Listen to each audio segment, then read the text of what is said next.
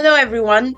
This is Lamia here at Tell Me Your Story. We are recording today from CCHA, also known as Clayton County Historical Museum, here in Plattsburgh, right at Clayton County. Very happy that Jerry actually allowed us to listen to her story. And this is going to be about your story to tell us as a person. No political or no behind the scene or your opinion. We just want to know what's your story, and I can't wait to see you. Now, my biggest honor is to start this with the hand that helped me to make it happen, Geri Favreau, which we also hear at the museum. One of her biggest and most important thing that I actually personally know how much she has agony to run this place. And we're going to talk about that. But first, I just want to tell you welcome, Jerry. And thank you so much for the honor of, trust me, to hear your story and to be here with you. Jerry? Thank you for inviting me to tell my story. I appreciate that. Oh, I am Yes. so happy. Jerry Favreau is the Jerry Favreau. And I really can't wait to tell the world that I sat with you and I heard your story. One thing I want you to start with it. First of all, you ready to tell your story? I am. All right. So, what is it about Jerry Favreau that makes you Jerry Favreau? That makes you get up in the morning and every day you could so consistent to the point every day it's like your first day. Can you share why and how you become that person that somebody would look at and be like, "Oh, I want to be like that." Well, I think some of it has to do that I was born in Plattsburgh, but I grew up in Churubusco. It's Shutterbus. different than growing up in the city or one of the larger municipalities in the county. And I get a lot of my drive from my mother. My mother was a very strong woman who brought me up. We had moved home to my grandparents when I was about 3, and my mother had to go back to school to get a degree in order to keep her job at Ellenburg Central School. So I think I get a lot of and she was always very community minded, very, very much, always involved with her community. And I think I get a lot of that from her because that's what I grew up with and I watched her, what she did, stop at somebody's home on her way to school to change a bandage. She was a nurse, change a bandage or give a shot or check on somebody who was sick. And I like being able to hopefully make a difference, a good difference in the communities that I'm involved with, whether it be a school community or a municipality or the museum or whatever. I hope that I can make a difference in other people's lives. And that's pretty much some of the reason that I do what I do. Another reason is that coming here and being a part of the community, I tell people, gets me out of bed, gets me dressed, out the door and with people. And I see so many people who just don't do that. They sit at home. And I think that's absolutely the worst thing anybody can do when you're retired. I think it's just awful. But that's what it does. And it drives me to get up and get out every day and be with people.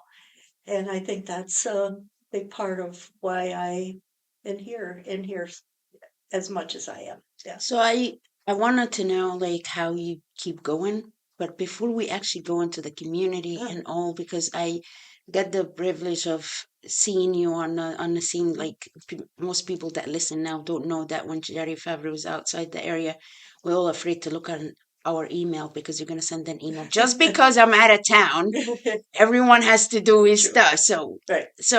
we're gonna get into that. How you serve the community. Hmm. I see a little bit of the agony to run this place and to be the president of CCHA. Before all that, Jerry Favreau has ever been in love? Oh, yes. How many times you say? Oh, do I have to admit that? No, do people really, do you believe Yes. that love is just one love in life or No, more? no. Could you love more? Can you love more than one person? Oh, I yeah. mean, not in the same time, Yeah. of course. Well, absolutely. Because life changes. You know, who you love, my first love, my very first boyfriend, I was in 3rd grade. and he was the son of the principal. His name was Billy Fritz. And believe it or not, my mother used to let him come and to the house. I think he actually even stayed overnight. I'm in third grade. And I remember one time we grew up on a farm, and my grandfather had a milk house and a hen house, other than the cattle barn. And there was an area between, and we were in there. And I said to him, I said, you know, remember, this is third grade. Yeah. I said, if you pull that off off the side of the building, then you have to kiss me. And I can't remember if he did or not, but I'm hoping he did. So you But initiate the. but I mean, I think you can have.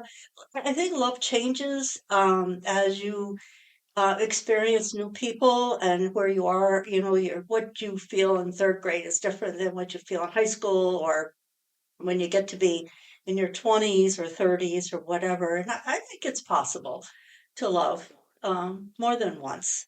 Not at the same, maybe some at the same time, but yes, but yeah, at different stages. Yeah. So do you, what does love feel like for Geri Favreau when she in love with a guy? Like what would happen? Like how's that guy, does this guy realize like he walks around normal or what happened? Oh my gosh. I haven't thought about that in a long time because it's been a long time. Since you've been in love Yeah, and loved? yeah. I think it's like everybody, you know, your heart kind of beats a little faster and you're looking forward to whether the other person knows that you love them or not, you're still looking forward to seeing them or talking to them or something. But yeah, you get kind of uh, giddy maybe, Yes. when you think you're in love with somebody. Yeah. So Did you like that feeling? I loved it. Yes. Yes. Yeah. So did you have like one story that forever gonna be your love story? That it's the highlight of all the love that you have Mm. in your life? Well, probably the one that I would like to share that probably impacted me the most, not having anything to do with marriage or that kind of thing, because that was totally different. This is way before. I had a boyfriend. His name was Danny Dora. He was from Chateauguay. He had been to Vietnam and he was a CO downstate, and somehow in Cherubusco, there's not much to do. So, well, I shouldn't say that because we had Legrees, we had the hotel, but that was, drinking and party. That was later. But I spent a lot of time in Chateauguay because Chateauguay had Peterson's and it had Mills's Diner and places where people could go and kind of congregate. And I met him maybe at the Green Bowl, could be, or because I spent a few hours in the bars when I was younger. And I fell in love with him. And I think he fell in love with me. I would like to think that he did. He had one time had asked me if I would marry him, and I'm talking like 60 years ago. But we were out one night at the Green Bowl and drinking and partying and stuff. And on the way home, he was speeding and he got stopped by the state troopers. And I don't know, there was some conversation, but he told me on the way home that he was going on the way to my house, that he was going to kill himself that night. And when he dropped me off at my house, he opened the glove compartment and he showed me the gun. And I knew, when people tell you things like that. And I went in the house and I got my car keys, and my mother said she can always remember, the pitter patter of the feet, got my car keys. And I went looking for him and I couldn't find him. And it was probably just as well that I didn't. So the next morning, my cousin and I went looking to see what had happened. And we met up with a friend of his, and he had shot himself. He went to his father's hunting camp and he shot himself. And his friend told us that what he had done. And it's something that, you hear a lot about suicide these days. It's such an impact. It's just something you never really forget. He did it on Mother's Day. I always think about him on Mother's Day because of of what he did on that day. And every time I go to a lot of the little veterans events that they have over here at the Barracks Park, and I have a brick. I did a brick for him along with my parents, and I let his sisters know that I had done that. They were very pleased that somebody still remembered him. And I always think about him because he's kind of a symbol of all of the soldiers or the veterans, I believe, that come home. That, and I always say, they don't all die on the battlefield. They die like him. I don't know why he did it. I don't know why he chose Mother's Day. I have to believe Vietnam had something to do with it, but I just feel very strongly and that they don't all, that it, is such an impact. My father was from Oklahoma. My mother was a nurse. She was educated here at Champlain Valley Hospital. She enlisted in the Army here on the base for the duration of the war. And I asked her one time, why did you do the duration of the war? And she said it was because everybody was so patriotic and everybody wanted to do. So anyway, she then got on a train and went to El Paso, Texas, but she met my father in Oklahoma. And he had been discharged, and he followed her to Arkansas, and they got married. They only knew each other about 6 months. And then they moved, they moved around a little bit, but then they moved here to Plattsburgh. Are you the only child? I'm an only child. And he was Southern Baptist from Oklahoma, and she brought him here to Plattsburgh, you know. And he one day, I think they were in Churubusco visiting my grandparents, walked up to the village and got on the train and left. And she had to use the army in order to find him. My mother never made me hate him.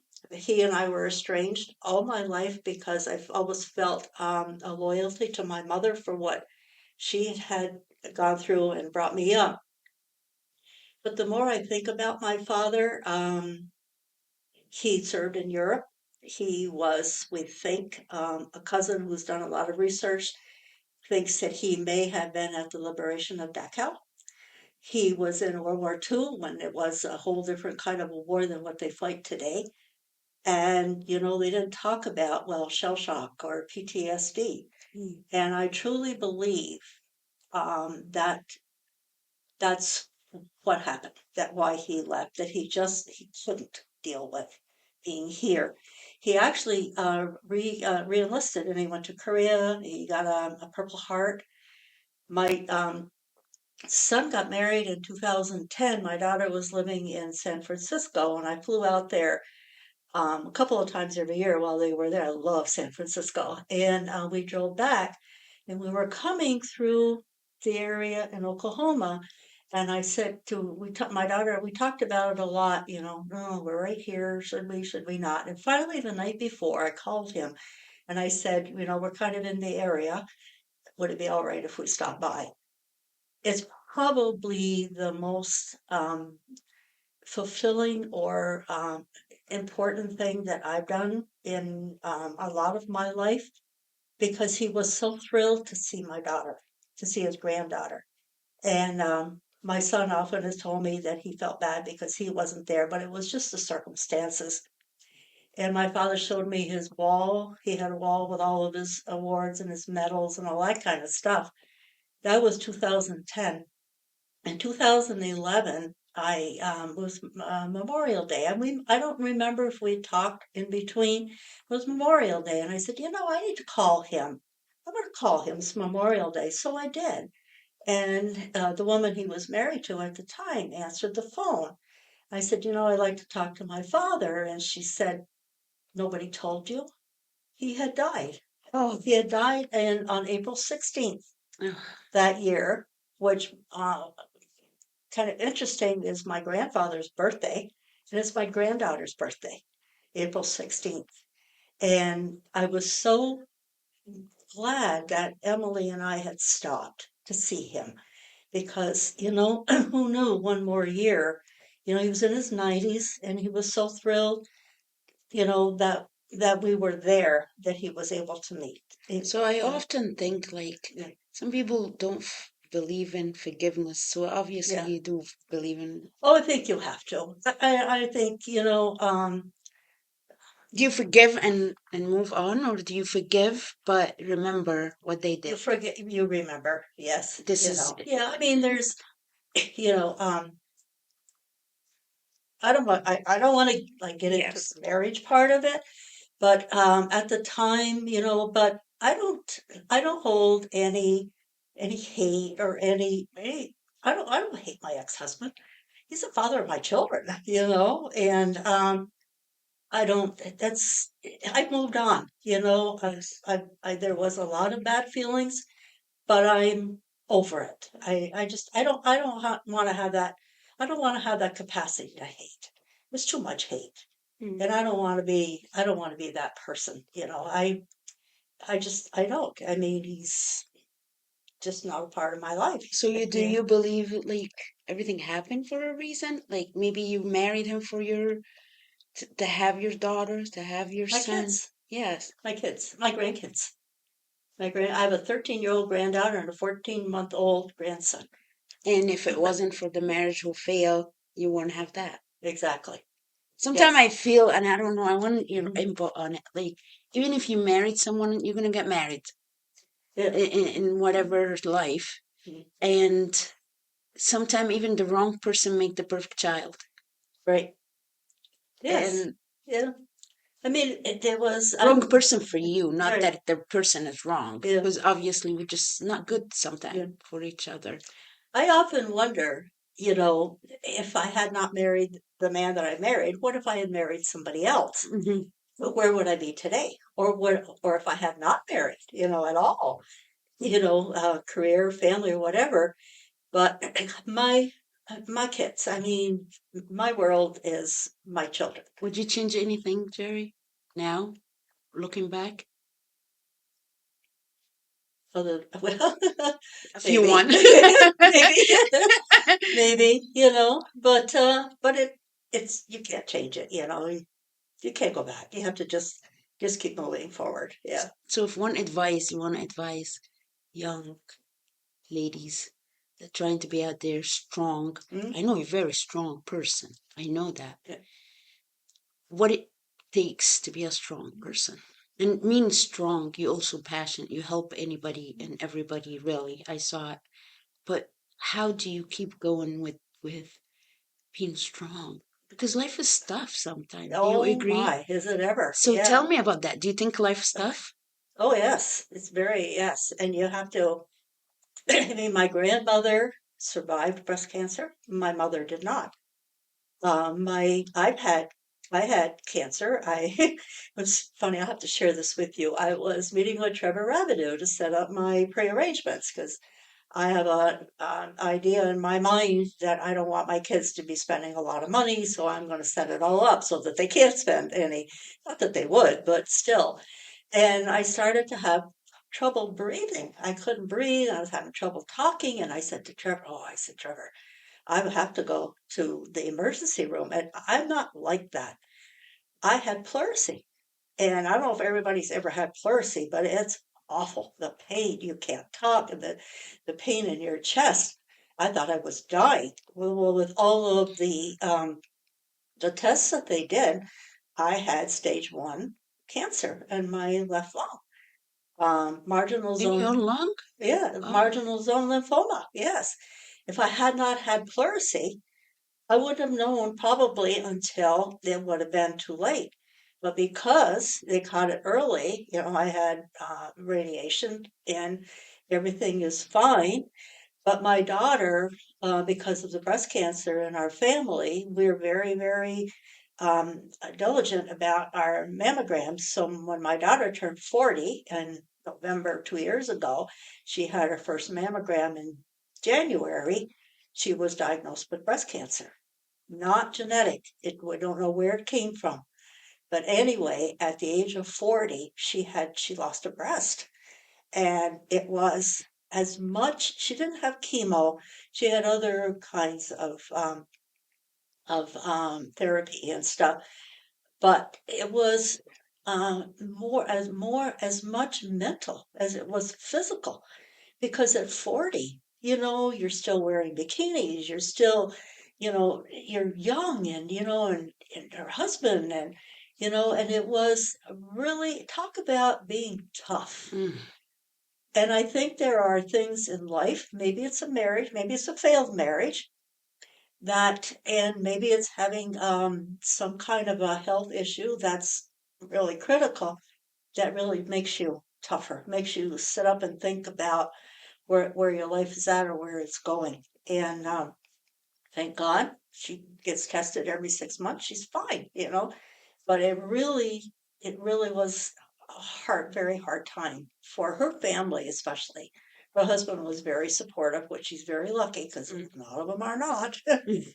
And mine was not, but anyway, for there were other things. And So it's the just, tough time actually makes it you strong. does. Yes. Yeah.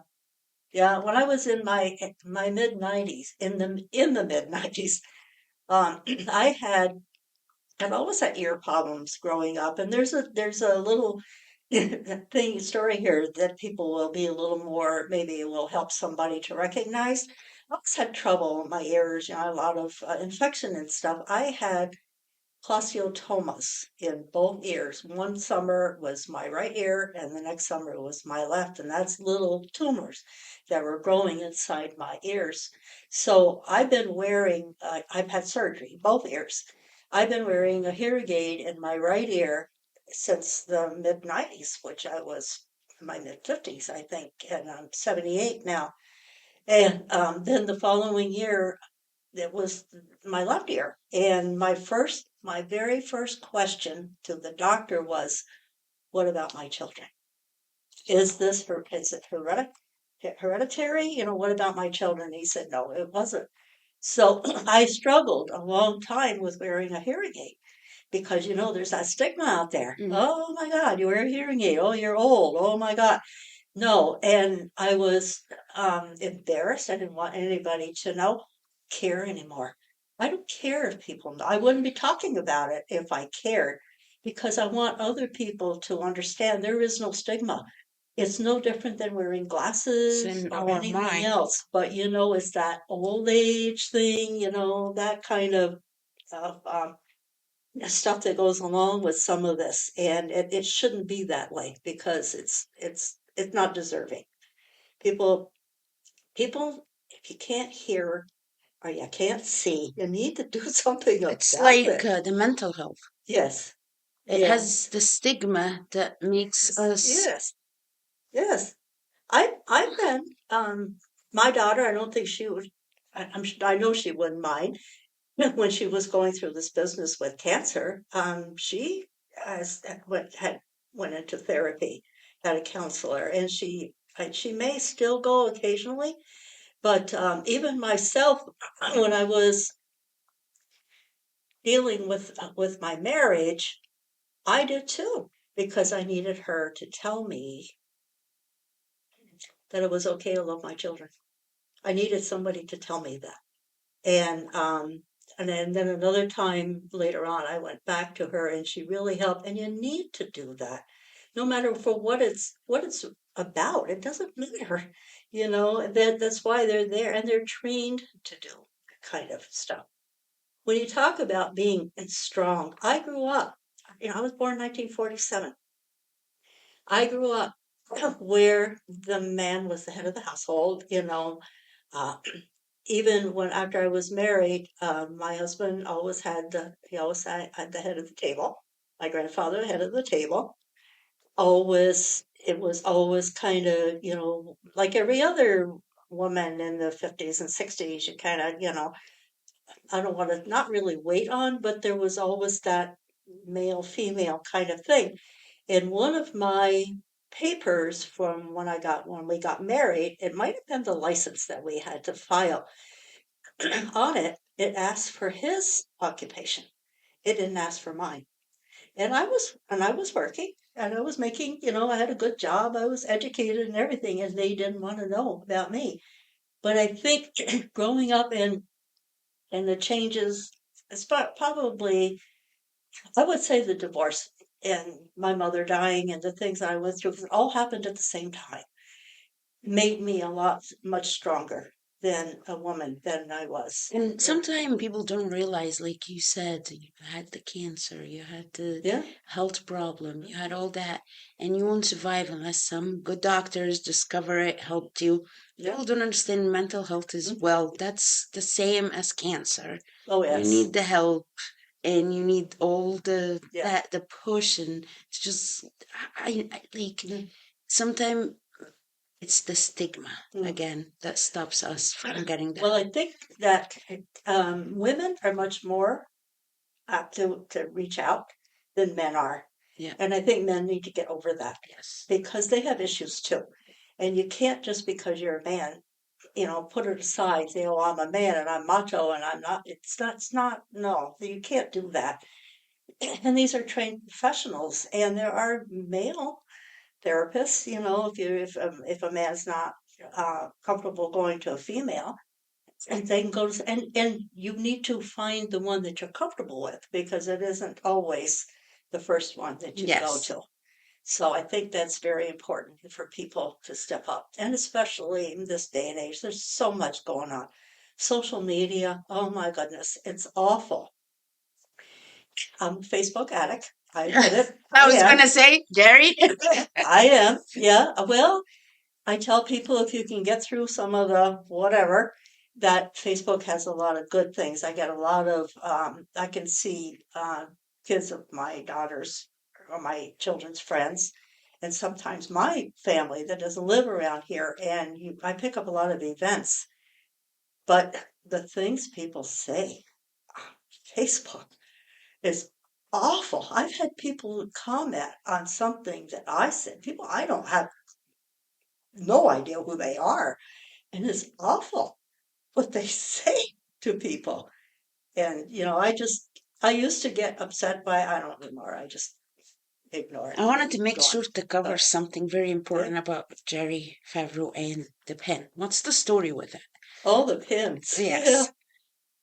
Well, I have a book, Madeline Albright's book called Read My I think Pens. you guys, so Yeah. for people who's listening to Yeah. us, Jerry is knowing by the most and most beautiful Mhm, pens that she goes to mhm. occasions and she usually write us on it on a spot where it means something and she hopes for people to read it and know what she Right. means. But how did Yeah. it start? And how many one do you have? How many pins? Yes. Oh, I bet you I'm pushing 1,000. Ah, Yeah. Well, and I get them at garage sales. I get them at thrift shops. Sometimes people give them to me. Some of them are some that were in the family. I pick them up all over the place. I'm always looking for something that's a little bit different. Today is not. It's kind of what does it say reserved. today? Well, it's pearls, and it's feminine. And it was just, I have others that are, I try. I go on Facebook or the internet and I like to see what's today. Yeah. And then I go and look for a pen. And you'd be surprised with 1,000 pens how many I do not have. Right. So I keep looking. But and then I like to write a little something, just a line or two and say, oh well this pen, is symbol of whatever, and this is National whatever day, and no, my pen, whatever. And I would have been surprised at some of the people who have commented to me, "Oh, I see your pins on Facebook, and whatever." And I like to say, like Madeline Albright, read my pins, Oh, because sometimes, not sometimes, a lot of times there's a message there. And I may not say it in words, but I'll say it in my pins. So that's kind of something that defines me, I guess. Other people have something and I have my pins. and Yeah. I love that. That's Yeah. why I wanted to make sure that Yeah. people know that. Like Yeah. the minute I see you, I'm Yeah. always looking like, what's today's message? And I know Yeah. it is a message for you. So Jerry Favreau, how many countries did you visit? Oops. I've been to 16 foreign countries and 38 states. And So you count the states too? oh yes, I'm a list maker and I count. And my daughter laughed at me because I used to count the buds on my geranium. And I say, oh, that's whatever.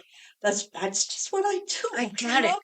And I have steno pads where I make notes. I have lists of the countries I've been to, what I've done in my life, what I've accomplished here, the things that make me happy. I have, What's the most thing that makes you happy? other than my family, Yes. oh gosh,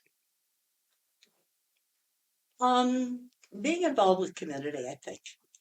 Yeah, I think a lot. Yeah, not just CCHA, Yes. but just being involved with community and try to, to do good things. Or, what really, it's funny because we talk about, my kids and I, we talk about this sometimes with the way things are.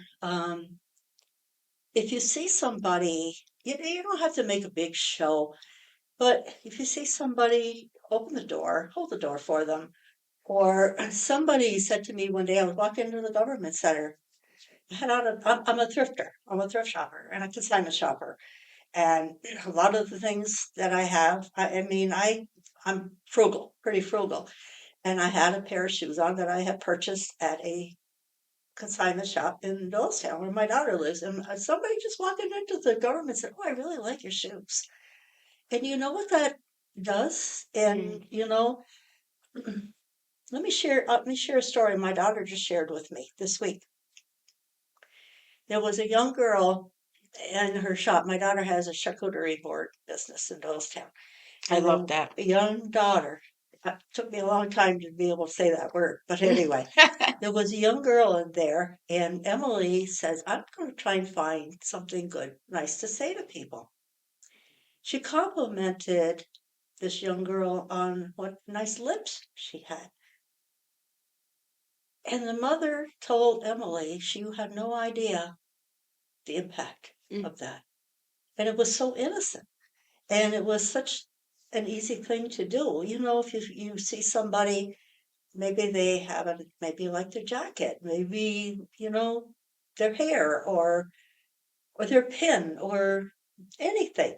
And you can really, really turn somebody's day around by doing that. A couple of weeks ago, I went out and bought a bag of Hershey's Kisses. 'Cause I like to hug, and darn that COVID. Mm. But anyway, I like to hug, but they don't make chocolate hugs, but they make chocolate kisses. Yes. So I carry some with me sometimes when I'm someplace, and I give them a kiss, give them a chocolate kiss. And I think because it just makes a difference in somebody's life, and I think that's really important. I Yeah. think I started to really be me, like me, and really like completely get the message you're saying when people, when you too kind and so kind and you go out of your way, it's so we need to fight this because now it's coming to be like if you took a like you could be acting like a phony person and in all reality no, and I think kindness Mhm. come from a strong struggle. Comes from your heart. Yes. Yes. And it comes from you Yes. understand what kindness and warmth Yeah. mean. And so what's the best country that you think one of the top three countries? Oh boy, it's tough. It really is tough. One of the places that I've been is Odessa, Mm, which is being bombed right now. And a friend and I, we flew to Greece, to Athens, and got on a. I'm not a cruiser. I don't like cruises, but we did this that's why we get glassine along, Egyptian Geri. adventure. And one of the places that stopped was Odessa, and we went to the opera house, and there was a ballet. It was for us. It was Swan Lake and what's the other one where they wear red and black? Can't remember. It's been a long time. But anyway, so I feel so bad when I hear on the news that they're bombing Odessa because I've been there. It's such a beautiful city. But another place that, oh my gosh, it's so hard So can you tell me how many countries like would you remember all of them? All the that I've been countries? to. Yes. Yeah, pretty much. Yeah, Go ahead. yeah. Oh What? gosh. Well, I've been to Greece twice. I've been to France twice, and England, and Ireland, and Turkey, and Ukraine.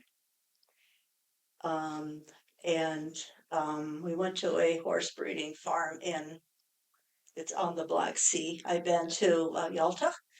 I've been to uh, um, Turkey, Egypt. Where else did we go on that? Um, I almost got to Vietnam. Oh, I another one. Have to. We went to some of my friends and I. We went to Abu Dhabi in Dubai, and Oh, we went to Muscat, Oman, a few years ago. It may have been pre-COVID. That was such an experience. I can't tell people. It's clean.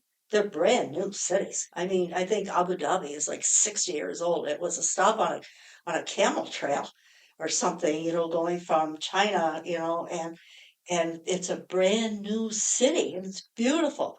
Of course, if people have to understand when you're in these cities, you only see what they want you to see, and you only hear what they want you to hear.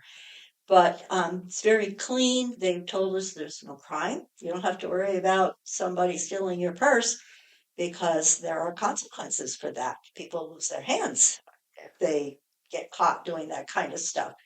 I've been to the top as far as they would go in the tallest building in the world, the Khalish, whatever, the in Dubai? largest in Dubai. Yeah, probably the place that I would love to go back.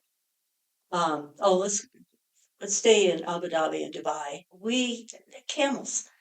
Of course, there's no cows in there. It's all camels. I bought camel's milk chocolates, and I had a hard time to get anybody to eat them because it was camel's milk. And I'm like, you do understand they don't have cows there, right? That's what they do. And we had they took us out into the desert, and we had dinner, and they had show and whatever. And I smoked a bong, and I saw that. I the saw this picture on Facebook. but I mean, it was, nothing. But I asked the guide, I said, so when do we get to eat camel? He says, well, would you like to? I said, yes, I would love to. I mean, here, I mean, this is what you have, right? And he could never make it happen because when you're an American in those places, a lot of times they feed you what they think. I bet to Cuba, that was a real experience. I mean, Italy, been to the Isle of Capri, Pompeii. If I had to choose a place to go back, I probably would choose Pompeii. I have always had a fascination with it because I wrote a paper about it when I was either in high school or college. I can't remember, but I just saw in the news they have uncovered more paintings and parts of the city.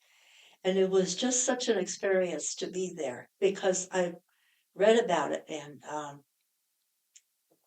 I've been, we went to, they had an exhibit in the museum in Montreal on it. I just have a fascination with it and what happened and all of these people that were there not able to flee. Some did, but most of them they're all buried in ash. And it's just an amazing story, I think. But So, in the last, all of your 50s, 60s, whatever years, mm, what did you do for a career?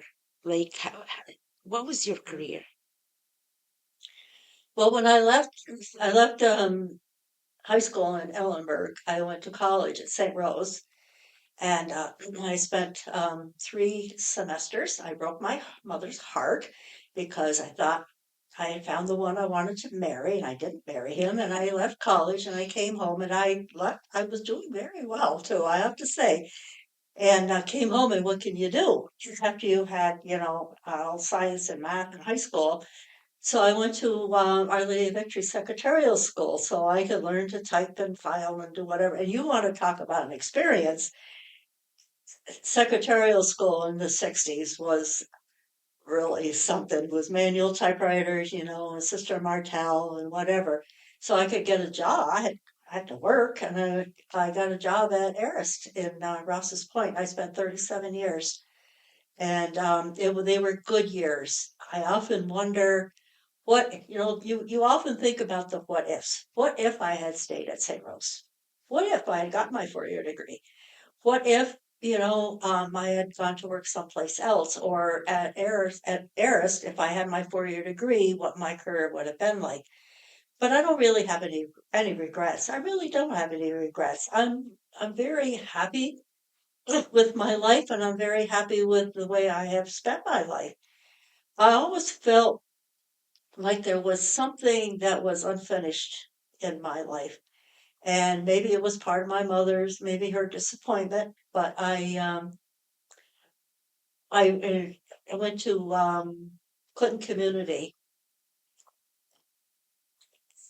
I enrolled in Clinton Community, and I spent I took some classes there, but I was married, I had a full-time job and had my kids. It was just too much. So after I went back and I finished and I got my 2-year degree when I was 55 years old. And to me, I'm so proud of that. I never wanted to go further. I was fine with that. And I was always very proud that I did that. And again, I encourage people. It wasn't easy. I had to leave work and get to class. And one semester I took 2 classes and come to Plattsburgh, but it's doable. And I think people, if you have a goal, you need to kind of try to keep working towards that goal. Jerry, Yeah. I can't thank you enough. I need to sit more with Yeah. you. I feel like You got it's to hear about my thrifting. yes.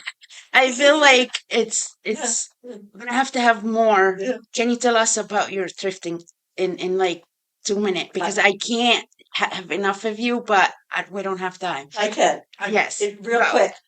I'm an avid garage sailor and thrifter and consignment shopper. I love garage sailing. You know why? I've lived here all my life. It takes me on roads I've never been on before in Clinton County. I meet the most amazing people. I chat. I keep my business cards for the museum in my pocket, and I chat with people, and I have met some amazing people at garage sales, and I love it. And it's the hunt. It's the finding the pin I don't have, right? At a quarter. I spend a tank of gas to buy a pin for a quarter. I love it. Love it. I am so Yeah. honored. I share Yeah. that. I want to share more. I Yeah. feel like I just can't Yeah. listen enough. Like you, just what an inspiring person you are. Personally, we all should. I'm a big believer. We should, instead of go through the story, Mm, we can always listen to the story mm, to avoid, to follow, to all of it. mm. So I'm sorry the time is over. I don't want it to be over, honestly, but you see who's looking at us saying, I saw the motion. yes. Yeah. And thank you so much for sharing that. And everyone, go visit CCHA. Please, it's amazing. Society of our own. I'm on the board and I'm very privileged and honored to be here. Thank you for listening. You're going to be on my next What's Your Story? Thank you, everyone, and good night, upstate New York.